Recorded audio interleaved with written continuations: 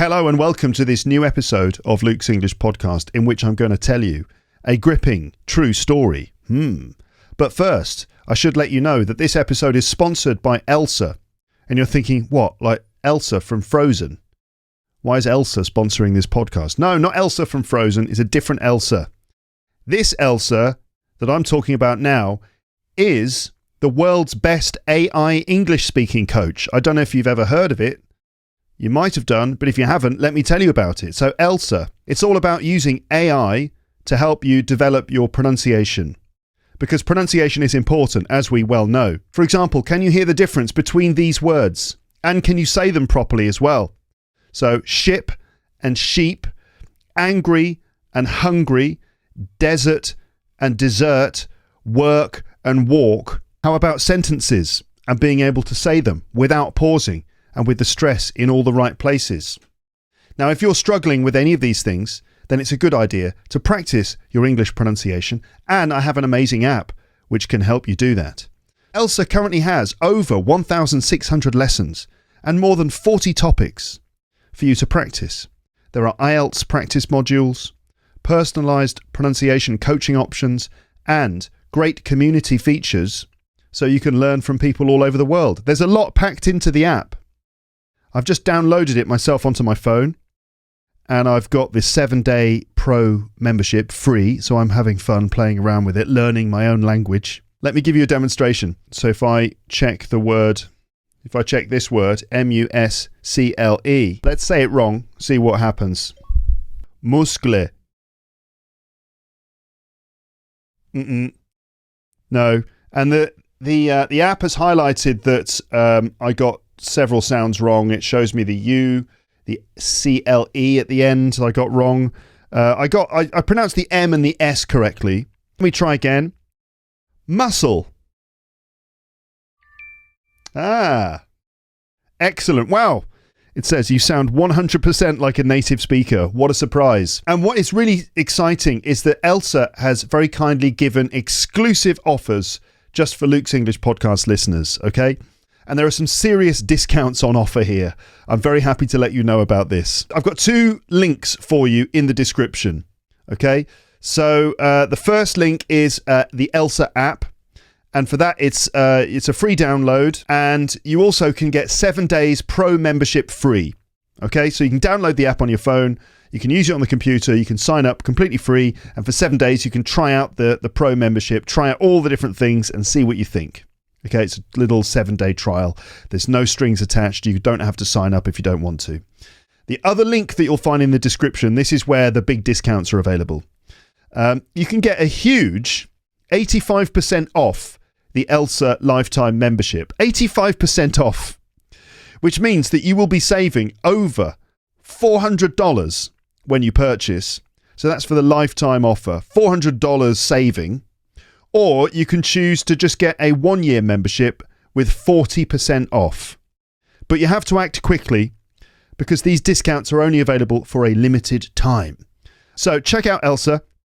It's a bit like having a mini Luke in your pocket, and use AI to power your pronunciation into overdrive. Okay, links in the description. Okay, now I've said that. Let's start this episode properly, and here we go. Hello listeners, welcome back to the podcast. In this episode, I'm going to tell you the terrifying true story of a LEPster who went through a horrible nightmare but was rescued thanks to Luke's English Podcast. This episode is based on an email I received a while ago, quite a long time ago now. I've been meaning to read this out on the podcast for some time now, and I'm glad to say that today is the day that I'm going to do it. I feel compelled to share this story with you, and I sincerely hope you enjoy it. So, Luke's English Podcast Ninjas. Have you ever heard me talk about LEP ninjas? I often talk about LEP ninjas on this podcast. Luke's English Podcast Ninjas are basically people who listen to the show, but they never get in touch. I never know who they are. I never get any. They're just numbers in different places in the world, and they just never write to me or anything. And they're just ninjas hiding out in the shadows listening to the podcast.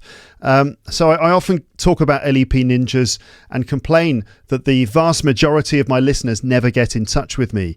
And I wonder who you are and what you're doing. while you're listening and what this all means to you. I often say that, but in fact, I must say that I do get a lot of correspondence from listeners in various forms: episode comments, tweets, YouTube comments, and emails.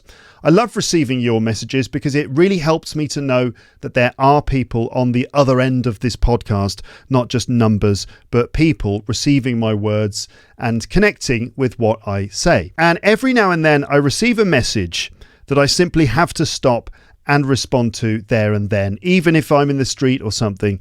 And there are also some emails which I feel I must share on this podcast with my audience, and this is one of those emails.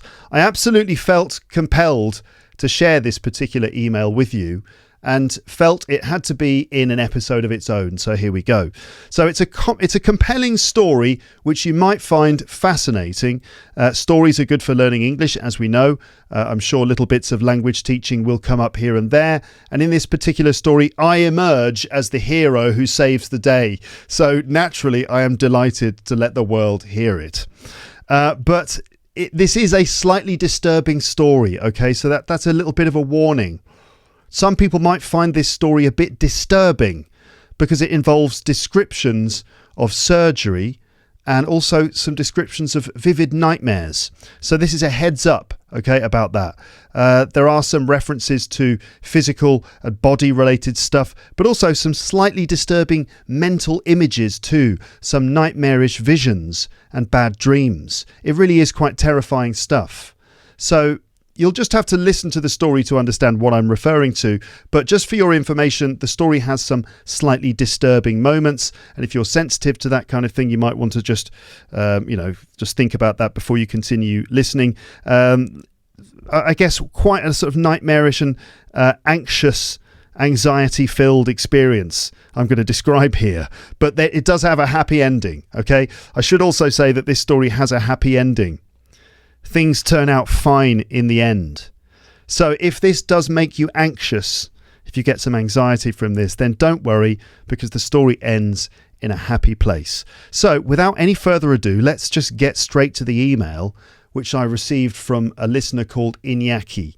I hope I'm pronouncing your name correctly. Iñaki. Right. So I'm going to read it out as it was sent to me. It's very well written, but I might make a few changes here and there. I might correct one or two little errors relating to vocabulary or grammar. Also, I'll comment on certain words in this story to help you learn some things as we go. I've got a word list of phrases that we can go through after reading through the email. So here is the email from Iñaki, and it goes like this. Hi Luke, how are you doing? My name is Iñaki and I'm writing from San Sebastian in the north of Spain. I know San Sebastian, I went there a few years ago now. And that's where I had a delicious steak in the street from a little sort of bar place. And they gave us this big plate of amazing steak. And the most delicious thing about it was the salt. And I said to the guy, the waiter, was like, oh, this is really delicious salt. And he said, oh, it's English salt. So there you go. The key to a delicious steak in Spain is to sprinkle English salt all over the top of it, obviously. So this is where Iñaki is from, San Sebastian. He continues, first of all, I'd like to thank you for your podcast. I started listening to it some 6 months ago because my wife recommended it to me. She's been a premium subscriber for a year or so. Nice one, Iñaki's wife. I've been listening to you ever since because I think what you do is very entertaining and interesting, and I think that my English gets better too. I would say I think my English is getting better, or my English is improving too.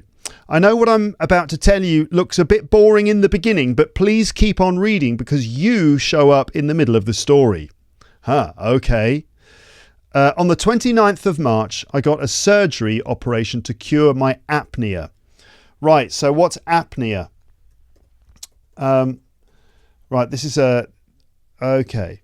So according to the mayoclinic.org, sleep apnea is a potentially serious sleep disorder in which breathing repeatedly stops and starts. Okay, if you snore loudly and feel tired even after a full night's sleep, you might have sleep apnea. The main types of sleep apnea are obstructive sleep apnea, and the more common form that occurs when throat muscles relax. Obstructive sleep apnea this might be what we're dealing with here. So obstructive sleep apnea occurs when the muscles that support the soft tissues in your throat, such as your tongue and soft palate, temporarily relax. When these muscles relax, your airway is narrowed or closed, and the breathing is momentarily cut off. I suppose it's some sort of breathing disorder that you might have when you're trying to sleep. Okay? A breathing disorder that you might have when you're trying to sleep. Okay, so it seems that Iñaki needed surgery to cure this, which I imagine would involve maybe operating on the inside of the mouth to prevent the apnea from occurring. Something like that. So let's continue the email. For your information, this operation took around 6 hours while I had general anesthesia. So a general anesthetic or general anesthesia, this is when you just fall asleep completely. So there's local anesthetic and general anesthetic, and a general one is when you completely fall asleep. So here we get some of the descriptions of the surgery now, okay? So they cut both sides of my jaw. They also cut below my nose to move the position of my palate. So I guess the palate is like the roof of the mouth. So they're almost like restructuring his mouth. Then they put everything together again in another slightly different position by using some screws. Wow.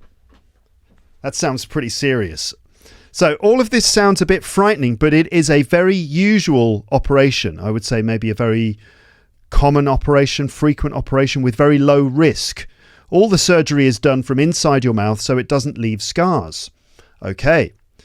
I took the decision to go ahead and everything went okay, and now I am fine at home and getting recovered. But it's also true that when I woke up, I felt a bit lost and my mind was not thinking straight, and this was the most difficult part of my recovery. So my operation was on Monday at 8 a.m. and I woke up on Tuesday at 1 p.m. The doctor told me that the operation went fine. After, when my wife came to visit me, she also said that the operation had gone right. So why did I think this was not true? Why did I start to suspect that something very bad had occurred during the operation? I can't quite explain, since I don't think I am such a negative person, or I'm not so hypochondriac. I can't explain because I don't think I'm such a negative person, and I'm not a hypochondriac.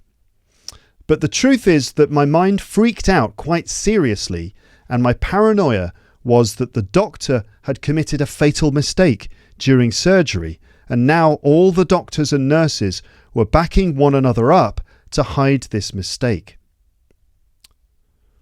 Since this idea was on my mind, I couldn't let it go, and it only went bigger and bigger. It only got bigger and bigger. So it seems that, okay, so after having the anesthetic and waking up from it, Iñaki believed, he was paranoid, and he believed that the doctor had made a fatal mistake during the operation, and that all the nurses and other staff were all backing him up and sort of covering up the fact that there was a fatal mistake. But Iñaki was convinced that something fatally wrong had occurred, and they were all lying about it. Since this idea was on my mind, I couldn't let it go, and it only got bigger and bigger. All of the things I heard or saw fitted perfectly in my reality. For example, a nurse said to me, "Iñaki, why are you so sad? The operation has been successful." So my head went, why successful? Why not very successful? Why did she start the word very, but she didn't finish it? And this went on and on without control. My wife was with me all the time, and she did a great job, but still she didn't manage to get these ideas out of my head. Monday night, I was totally sedated with the anesthesia. Tuesday night, I couldn't sleep, and I mean not even a minute, because I was so frightened. Tuesday and Wednesday, I couldn't eat anything. So by Wednesday evening, I was exhausted due to the lack of rest and food. This didn't help my mind get stronger. So on Wednesday evening, I was quite certain that their plan was to let me die on medication. I could feel that my wife had taken part in that decision. I thought that the idea was that since my life was not going to be worth living it onward, they decided to let me go. Of course, now I see that it didn't make any sense at all, but my mind was not able to work better than that on Wednesday evening. I accepted this idea and decided to be collaborative in the process. They gave me medication to calm me down, and I could feel that my mind was even more clumsy. My wife told me once and again that the most important thing was to rest, to sleep. In this way, the next day, I would feel stronger. For me, this was a soft way of saying, if you calm down and you get sleep soon, if you calm down and get to sleep soon, then your death will be more pleasant. This sounds terrible to me now, but I also think in some situations in your life, you need to lie to the ones you love in order to protect them. Don't you? So that should be don't you at the end of that sentence.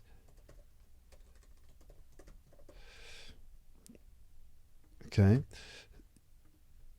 In some situations in your life, you need to lie to the ones you love in order to protect them, don't you? I mean, what would my girl tell me in a situation where I really was about to die? Would she clearly say it? Would she tell me straight? I don't know. I tried to sleep, but this was very difficult because when I closed my eyes, I could see some horrible images. These images were not dreams. All the time, I knew that I was in the hospital and that my wife was beside me. So I guess the images were a result of the medication and also my lack of strength. The images were really terrifying. All the scenarios were dark, humid and steamy. In many of these images, there were thick fluids, black, brown, dark grey, flowing in different directions. Among these ugly liquids, there were these macabre things floating. A pork's mask. I guess that's a pig's mask. The face of my son in the 3D radiography when he was still in his mum's belly. Bones, parts of bodies. I could also see parts of machinery like gears or parts of motors. These metal parts were broken and I was looking at them from very close. And I had the feeling that they were looking at me, judging me, and it didn't feel good. Oh my goodness. Iñaki, this is the worst nightmare ever. So as a result of the medication, the anesthesia, which knocked him out for, a day and a half? Something like that. And he came out from it very badly and was very, very confused and paranoid, and thought that the others were trying to get him or trying to lie to him and that there'd been a mistake. And he couldn't eat for several days or sleep. And so now he's in this terrible state of delirium where he's hallucinating black liquids and pigs' heads and the face of his son from a photograph of radiology when he was still a baby, and machinery, gears and things. Isn't this horrific? A horrific nightmare. And he's looking at these weird, creepy metal gears, and the gears are judging him. So not only is it all creepy, but they're also judging him, and it didn't feel good. And it continues. Also, crazy things like a kid crawling in the ceiling, clearly inspired by the film Trainspotting, or even me crawling on the ceiling. It's crawling on the ceiling. In another moment, I was like a video camera up in space, and suddenly I went down to the earth, to England, and I ended up inside Brian Jones's swimming pool, and I could see his corpse from inside of the water. Strange, nightmarish visions. He ends up in space and then he flies down to Brian Jones's swimming pool. Brian Jones was a member of the Rolling Stones, and he died in the late 60s. He drowned in a swimming pool. So suddenly Iñaki's in the swimming pool. This is so strange. I also had to say no to entering inside tunnels with a light at the end. A couple of times I was brave enough to go inside the tunnels because I thought, okay, this must be it. Let's end it all now. But then nothing happened. Oh my God, so he's getting the full-on out-of-body experience, like he's a tunnel with a bright light at the end, but he goes down the tunnel and then nothing happens. What a horrible nightmare. With all these images in my mind, I was not getting calmer. My breathing was out of control and I couldn't sleep. This took like 2 or 3 hours, I think. Oh my God, what is Iñaki going to do? How is he going to survive this situation, listeners? Then my wife came up with a new idea. She said, Iñaki, what about listening to that episode of Luke's podcast that you liked a lot? The one in which he read the short story by Roald Dahl. Maybe that's going to calm you down. Honestly, I didn't believe that this would work, but at least it was something different.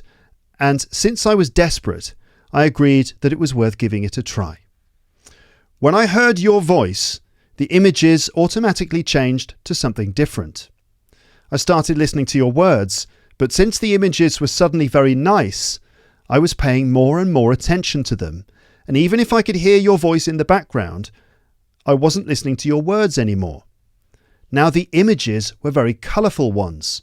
For example, I saw some based on cartoons that my kids see on the TV. I remember seeing characters of the series True and the Rainbow Kingdom and the Octonauts. I also saw some very nice cartoons in the style of Sgt. Pepper's artwork and the Yellow Submarine film. Among these visions, I remember one in particular.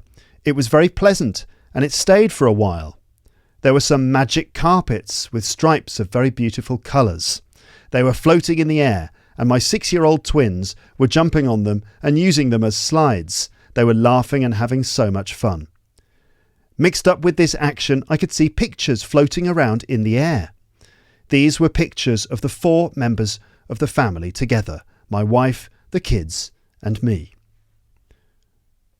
When your voice stopped because the chapter ended, I noticed it. I was conscious for the first time that my breathing was very calm.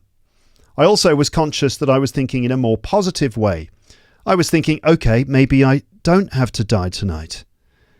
Since my breathing was calmer and my mind was calmer too, I got more relaxed and I could manage to finally sleep. And I got more relaxed and I managed to finally sleep. I finally managed to sleep. There we go. I'm going to say I finally managed to get to sleep. There we go. I got more relaxed and I finally managed to get to sleep. That night I slept and woke many times, but I think I got to sleep a total of around 3 hours. Early next morning, at around 6 a.m, I listened to birds singing. It made me feel good, because by then I was totally convinced that I would hear that sound many times in the future. I was also a bit ashamed that my mind had been so confused, and I made my wife suffer so much. I thought a lot about you too, and I felt grateful that you helped me in my recovery. I was also grateful that my wife came up with this great idea which really made the difference. But of course, my mind was mainly with my kids. Can you imagine the infinite happiness of knowing that I would be able to hug them again when only a few hours back I thought the opposite? All of these words are only to explain to you how I went through a very rough situation and how you helped me get out of it. The moment I heard your voice is the exact moment that I started to get out of this horrible hole I was locked up in. So, in the end, all of this is only to say thank you, just because it makes me feel good to do so. Thanks, Luke. Iñaki. Well. So that's the email I got from Iñaki. It's taken me ages to do this episode, but finally I'm doing it. What an extraordinary email. What a bizarre story. Right? So just to kind of explain, so Iñaki needed surgery on his jaw and his palate of his mouth to sort out a sleep disorder, which can be dangerous. So he had the surgery done. They gave him a general anaesthetic, and a day and a half after he'd had the anaesthetic, he woke up and he felt very groggy and he was delusional and started getting paranoid that there'd been a mistake and that he was going to die. And then he couldn't sleep, he couldn't eat. He really started to go all a bit wrong. He started to hallucinate horrible, nightmarish visions, the worst, most disturbing things you can think of. And then in desperation, his wife suggested listening to Luke's English podcast, which is obviously what you should always do in a crisis. Anytime there is any kind of crisis, just switch on Luke's English podcast. Everything will be okay, I promise. As long as everyone listens. Next time there's civil unrest in the town square, just get big speakers and blast out Luke's English podcast. Everyone will stop fighting. So his wife suggested listening to the podcast, and he listened to it, and suddenly everything sort of started to go all nice. And the story that I was telling him transported him into a much more positive space, and everything was beautiful and wonderful, and he was on flying carpets, and his kids were there, and everyone was happy, and pictures of his family, and he felt all fulfilled and wonderful. And then he recovered. So, it's very nice to know that Luke's English podcast is such a force for good. It's almost like it's got magic power. Okay, that's the force of Luke's English podcast. It does have this magical healing power. Not only is it good for your English, but it's also good for your mental well-being as well, apparently, which is always something I think worth striving for. So Iñaki and I exchanged a couple of emails after this, and he said he was happy for me to read this out on the podcast. Here is my response to Iñaki. So I said, I'm glad you're okay with me reading out your story on the podcast.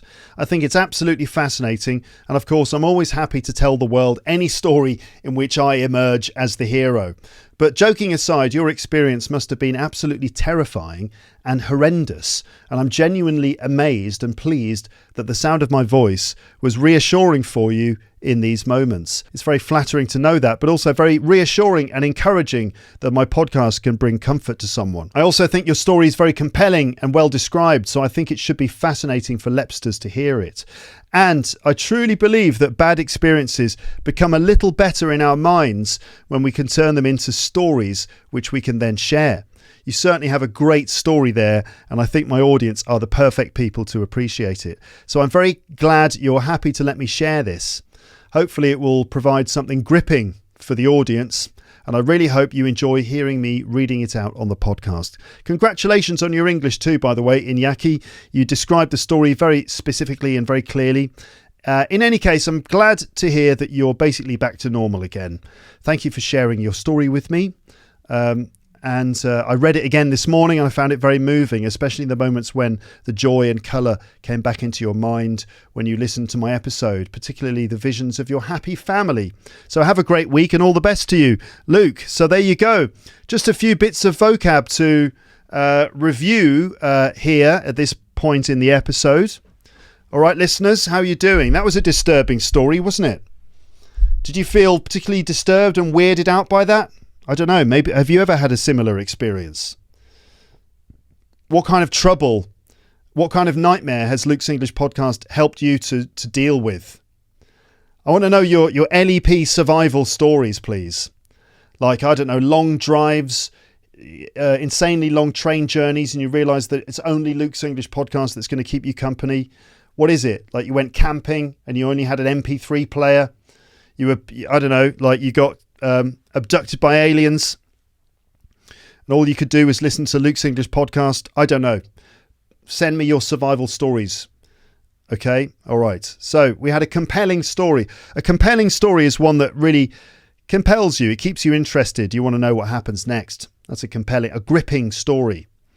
The next thing was a waking nightmare. So a nightmare obviously is something you have when you're asleep, right? You have that when you're dreaming. Right, you have a nightmare when you're dreaming, but a waking nightmare is when you are awake and you're still somehow experiencing a nightmare. So a sort of very weird experience, a horrible situation, a vivid dream. So we could talk about a dream, but also a vivid dream is one that's really clear that you can remember really easily. Okay, that's a vivid dream, as I just plug in my computer here so that LEP headquarters has some power. Okay, so a vivid dream. To have surgery, well, there's just a simple collocation. To have surgery, to have an operation. Also to have a local anaesthetic or to have a general anaesthetic.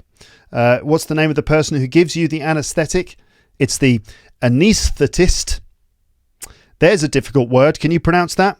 Anaesthetist. A niece, yes, like a niece and a nephew. Anaesthetist. Anaesthetist. and anesthetic. And the verb is to anaesthetize. Anaesthetize. It's difficult, isn't it? Anaesthetize. And anaesthetist. So your jaw, that's obviously part of your head, isn't it? It's the bottom bit that goes up and down when you eat and talk. That's your jaw. Your palate is, I guess, that's part of the roof of your mouth. If you're a hypochondriac, it means that you are sort of paranoid about your health and you always assume that you're really ill. You keep going to the doctors and you're sure that you're sick, sort of somehow compelled or obsessed with diagnosing yourself with some new sickness every time. Okay, very negative and pessimistic about your own health. That's a hypochondriac. To be sedated, that's when someone gives you a drug, for example, to a sedative. I suppose an anesthetic is a kind of sedative, is it? I suppose if it knocks you out, makes you fall asleep, you are then sedated. Okay, and you can't think straight. To think straight would be to think clearly. And if you can't think straight, it means, you're confused. Okay, you're going to remember these? I might test you on these in a moment because we're going through them quite quickly. So to suspect that something is happening. So it's like you're not sure, but you think something is happening. I think they're lying to me. I suspect that they're lying to me. There's something suspicious. Something very suspicious. I think they're lying to me. I suspect that these people are lying to me. To suspect that something is happening. I expect they've made a mistake, for example. Okay. Paranoia, to have paranoia and to be paranoid. So obviously in this story, Iñaki felt and was very paranoid because he was sure that they're all covering for each other and lying. They were backing each other up. Like one person was saying, yeah, everything was fine. The operation went totally normally. And the others were like, yeah, it was totally fine. Yeah. So they're all backing him up like that. To manage to do something. This is a nice phrase. If something is difficult but you do it, we say you manage to do it. Okay, and I've noticed my French students at the British Council will often try to say this, but they say, what's the thing that they say instead? That's it, succeed. Like, he couldn't succeed to do it, right? He couldn't succeed to do it. Well, in English, it's he couldn't succeed to do it. He couldn't manage to do it, right? Or he managed to do it. He succeeded to do it. No, he managed to do it. So it's quite a nice phrase. I managed to do something. He managed to do something. We managed to do something. To tell someone straight or to tell something straight, just to tell it straight is just to, if you want the doctor to just tell you something straight, it's like, okay, something went wrong and you've got less than 24 hours to live. Just tell it to me straight, doctor, to tell something to someone straight. Macabre. Macabre means kind of creepy and strange. Disturbing, because it's scary. Something's disturbing and scary because it sort of reminds you of death. So like some of the visions that Iñaki had in that horrible story. How was that story for you, by the way, listeners? Was that too much? I wonder, because it got pretty disturbing. Let me know in the comments section. It was quite macabre. And then breathing and breath. That's really just to highlight the difference in pronunciation between those things. Breathing,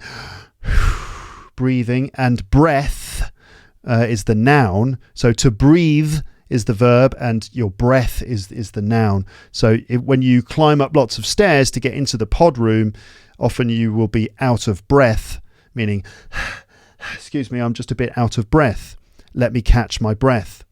So there you go. You know what I'm going to do is actually I'm going to quickly test you on those things right now, right here. Okay, get ready. Here we go. How do we describe a story that really keeps you focused and interested? Begins with a C. It's a very compelling story. How would you describe an experience where you're not asleep, but it's very disturbing anyway? It's like a bad dream, but you're not actually asleep. It's a waking nightmare. That's right. What's the adjective to describe a dream that's very clear and easy to remember? It's a A vivid dream. That's right. So all of these words have the same verb. They all collocate with the same verb. Surgery, an operation, a local anaesthetic, and a general anaesthetic. They all collocate with the verb have. So have surgery, have an operation, have an anaesthetic. What do we call the person who gives you the anaesthetic? It's the anaesthetist. What does the anaesthetist do? The anaesthetist anaesthetizes you.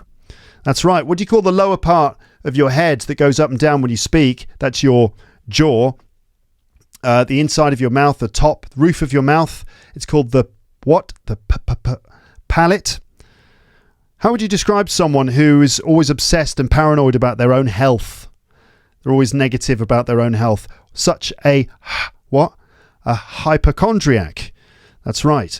If you've been given medicine which makes you fall asleep or makes you drowsy, then you might feel a bit, sedated.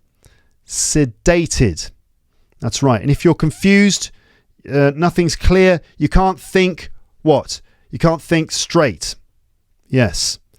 If you think that something is happening, you're not sure, but you think that it's happening, you can say that you, things are a bit suspicious. I suspect that something is happening. Or maybe you are just scared and making things up in your head because you've got You've got paranoia, or you're feeling a bit paranoid. To back someone up is like, oh, I've just given you the answer to back someone up. It's like, yeah, whatever he said. Yeah, we agree to back someone up. This is where something's difficult, but you do it. Yay, you manage to do it. That's right. When you tell someone very frankly something, without mincing your words, you totally tell it to them straight. That's right. Strange, creepy images that make you feel a bit weird and disturbed because it's sort of a bit like death and stuff. That's macabre. And what happens when the air goes in and out of your body, in and out of your lungs, to keep you alive? It's called what? Breathing. And then if you climb up all the stairs to get into the sky pod, you will be out of breath. There you go. That's the end of this episode. This is a shorter one, isn't it, for a change? A shorter episode for a change. You see, I can do it. Every once in a while, once in a blue moon, I can actually do an episode that is less than 40 minutes long. It happens, once every 10 years, maybe. But there you go. Let's do the ending for this episode then and wrap it all up. Thanks again to Iñaki for providing that story. Quite a scary one. I often wonder where you are and what you're doing while you're listening to this podcast. And if you have a similar story, don't be a ninja. Let me know in the comments section. We want to know your LEP survival stories. But that's it for now. It's just time for me to say goodbye. Bye.